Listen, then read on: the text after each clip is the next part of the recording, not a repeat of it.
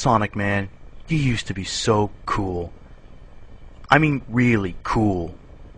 I mean, we grew up together, and we had so many fun times. I had your comic books, I had your children's books, I had 1, 2, 3 of your chapter books, I had all your games.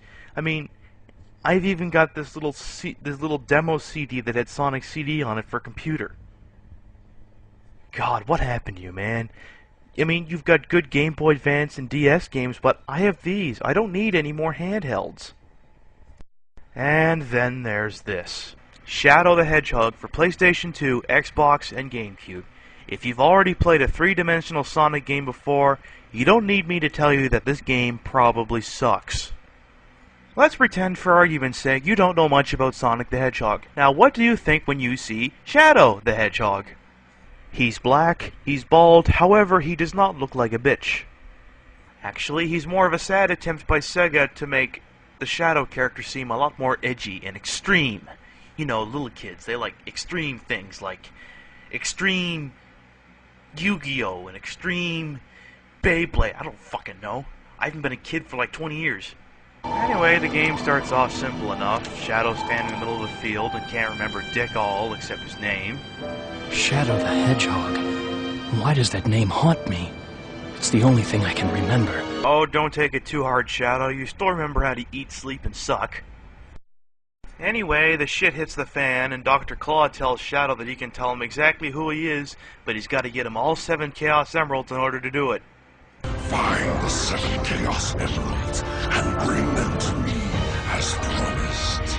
If he says he knows the truth about who I am, then like it or not, I have to believe him. What? No, you don't. What if he's just lying to get the emeralds from you?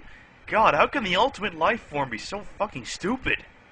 Oh, before we go anywhere, we have to determine which version of Shadow the Hedgehog is right for you. If you like your Shadow the Hedgehog to have a lousy frame rate every now and then, you should go with the PlayStation 2 version. If you like your Shadow to have even worse controls, worse camera, and the inability to control the second player, you should go with the Xbox version. And if you've got a GameCube, well, if you've already got Sonic Adventure 1 and 2, you may as well finish the set. Anyway, you always start out in Westopolis. Did you forget that already? Westopolis and Westopolis and Westopolis. He just loves to say Westopolis. Westopolis, Westopolis, Westopolis, Westopolis. For those of you playing the home game, say that over and over until the words have lost all meaning. Not far into the level, you'll meet up with this familiar-looking guy. Long time no see. Looks like these black creatures really mean business. Let's you and me show them the thing. Sonic will play the role of Player 2, much like Tails used to do in Sonic 2 and 3. Except in each level, you have 2 different Player 2s to choose from. You see, there are 3 different ways to do a level. The neutral way, which is to just do the bare minimum, the good way, and the evil way. This would be okay if the Player 2 characters weren't constantly trying to change the objective you're trying to accomplish. If you're working for Sonic and then the Doom's Eye guy decides he wants you to do his thing, you have to switch back to Sonic in order to keep doing the good objectives. The whole objective thing was a nice idea, but it's executed poorly. It slows down the gameplay and then it compounds the other problems that Sonic games in 3D have already had. So instead of running really fast from one end of the level to the other, which seemed to work just fine for every other Sonic game, you now have to run around, argue with the camera, and kill X number of enemies strewn throughout the entire level. And if you miss one, you gotta run all the way back and get it again. Oh god, cars. Okay, this is the part of the game I like to call, if it looks really good in an FMV, you can't do it. You see this really cool looking move? No, you're not doing that in the game. Deflecting bullets that people shoot at you? No, you're not doing that either. Sega oversells the character. Like other cool people, Shadow can kick ass and take names, but unfortunately, much like Vincent Valentine and Albert Wesker, once you get to controlling them, they can't do shit. And if he's the ultimate life form, why does he need guns and cars? It's like they forgot who he was, and then they just turned him into this extreme guy that everybody's supposed to love because he's so extreme and edgy with the guns and the cars. You know what? Let's get off the first level. Hey, Shadow! You saw them too, didn't you? Those black creatures floating around here? Time to clean house and do a little exterminating. Get rid of these annoying aliens. There's a... Get rid of these annoying aliens. Get rid of these annoying aliens. I'm sorry, why does Knuckles sound like a New Yorker with a hint of Waka? I became a guardian to fight sin, yeah? Still, he's better than this partner. Oh, Shadow, I'm so glad you're here. Cream went into this weird-looking castle and she hasn't come back out. Will you go in there with me to look for her? Anyway, yeah, the controls aren't, good.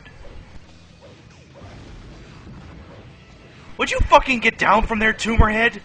If I'd honestly known that my favorite character from my childhood was gonna degenerate into this, I would have taken up another hobby.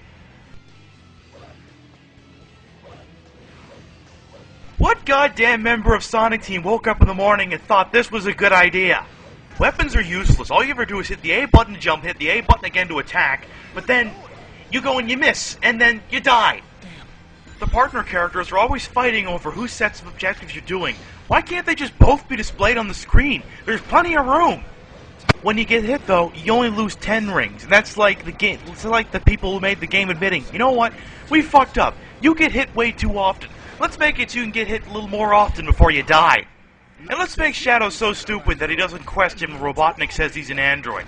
I mean, shouldn't you cut yourself open just to check, like he did in Terminator 2? How fucking stupid are you?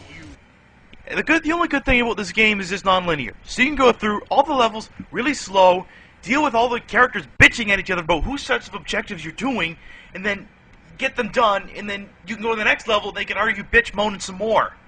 The game has about 11 different endings, which is about 10 more times than I'm willing to play through the game. There's some where he takes over Robotnik's armory, there's some where he takes over the world, there's some where he's a nice guy. I don't fucking care. You want to know? You know what? Go look at Wikipedia. They're all listed right there. And you know what?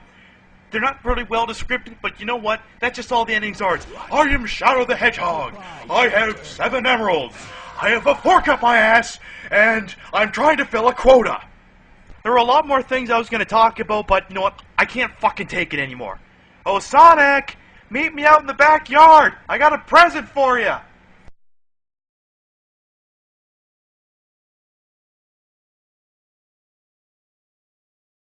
Okay, Sonic.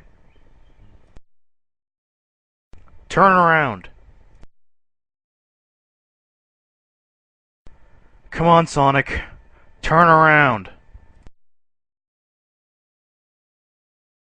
Come on, Sonic. Don't make this any harder than it already is. I can't. I can't.